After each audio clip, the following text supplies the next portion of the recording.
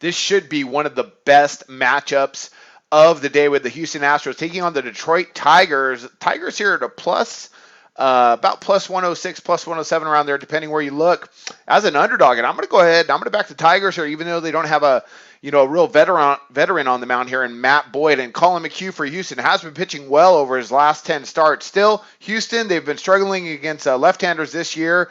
Boyd's a lefty, as well as Detroit. They're 8-5 since the All-Star break. They've been playing really well. They just swept Boston in Boston. So look for Detroit to come in and win this game with a little plus money value here.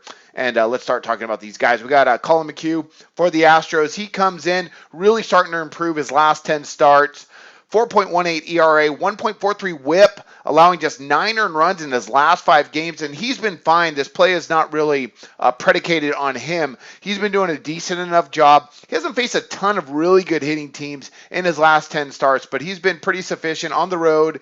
And at home, his ERA remains above 4, so he's been pretty even-keeled no matter where he is pitching. Houston, here's the issue for me today is against left-handers, they've been really struggling. They rank last in the American League hitting against lefties, just 235, and then their OPS drops from 747 to 726, again against southpaws. That ranks 12th in the American League, and that's what they're going to be facing today here. And Matt Boyd, not a real super veteran pitcher here, young guy, 25 years old, but at home he's been really solid. Boyd, he comes in 4.63 ERA, 1.30 whip overall, but a 2.01 ERA at home. And at home, he's been good. In his 4 starts at home this year, he's only got knocked around a little bit. Against the Yankees, he allowed 4 runs off of 6 hits, but in his other 3 starts, 1 earned run total in about 16 innings. So he could come in and be very effective. Detroit at the plate, they remain among one of the best hitting teams in all of baseball.